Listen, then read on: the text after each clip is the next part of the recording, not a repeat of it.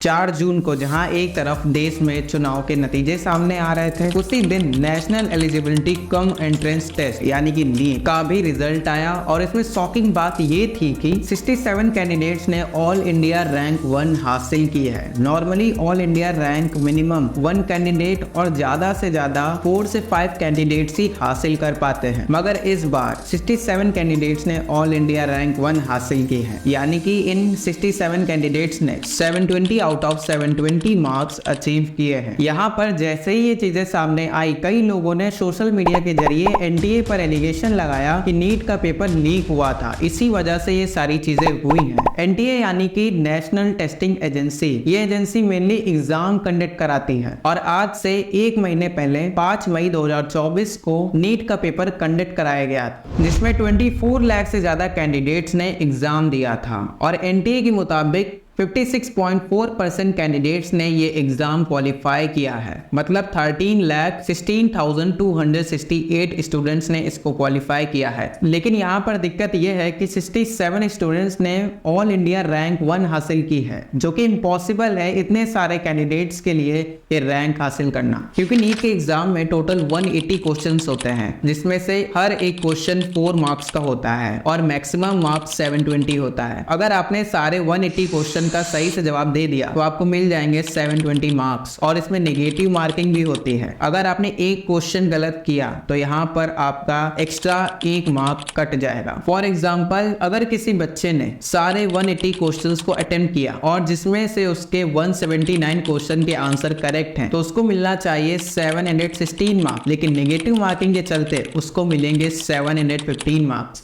ये मैंने आपको इसलिए बताया क्योंकि इसको लेकर भी कंट्रोवर्सी चल रही है, और कंट्रोवर्सी ये है कि कई लोगों का कहना है कि कुछ कैंडिडेट्स को 718 मार्क्स मिले हैं तो कुछ कैंडिडेट्स को 719 मार्क्स मिले हैं, जो कि प्रैक्टिकली किसी को मिल ही नहीं सकते। जैसे कि मैंने बताया कि अगर कोई सारे क्वेश्चन करेक्ट करता है तो उसको मिलेंगे 720 मार्क्स, अगर एक भी आंसर गलत होता है तो उसको मिलेगा सिर्फ 750 मार्क्स, और ये 718 और 719 मार्क्स मिल नहीं सकते। इसके अलावा 5 मई के 2-4 दिन पहले स्पेशली बिहार में पेपर लीक देखने को मिला है, जिसमें बिहार पुलिस ने 13 लोगों को अरेस्ट किया, जिसमें 4 एग्जामिनीज और उनके फैमिली मेंबर्स हैं। पटना पुलिस ने क्लेम किया है कि यहाँ पर नीट यूजी का क्वेश्चन पेपर विद आंसर के साथ 20 एस्पिरेंट्स को एग्जाम के एक दिन पहले सप्लाई किया गया था। इसी को देखते हुए बिहार पुलिस की इकोनॉमिक ऑफेंस यूनिट ने इसकी तहकीकात की, और उन्होंने ये भी बताया कि 30 लाख से 50 लाख रुपए हर एक पेपर लीक करने के लिए दिया गया था। और बिहार पुलिस के मुताबिक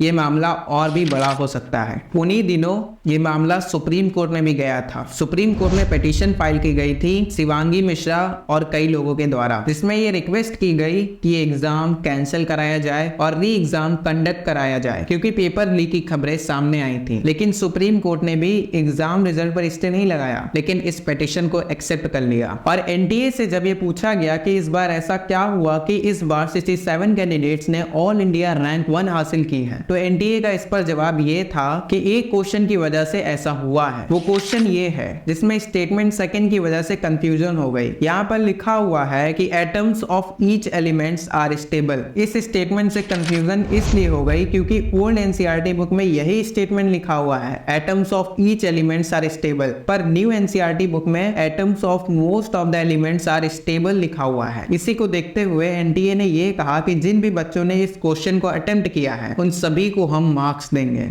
इसी की वजह से बहुत से स्टूडेंट्स के 720 मार्क्स आ गए। और एनटीए का ये भी कहना है कि इस बार का पेपर कंपैरेटिवली इजी था, और इसी को देखते हुए बहुत सारे बच्चों ने अच्छा परफॉर्म किया है। लेकिन स्टिल इंडिया में आज भी पेपर लीक के केसेस बढ़ रहे हैं। इस पर स्टेट गवर्नमेंट, सेंट्रल गवर्नमेंट और टेस्टिंग एजेंसीज को ठोस कदम उठाना चाहिए ताकि स्टूडेंट्स के फ्यूचर के साथ खिलवाड़ ना हो सके। धन्यवाद।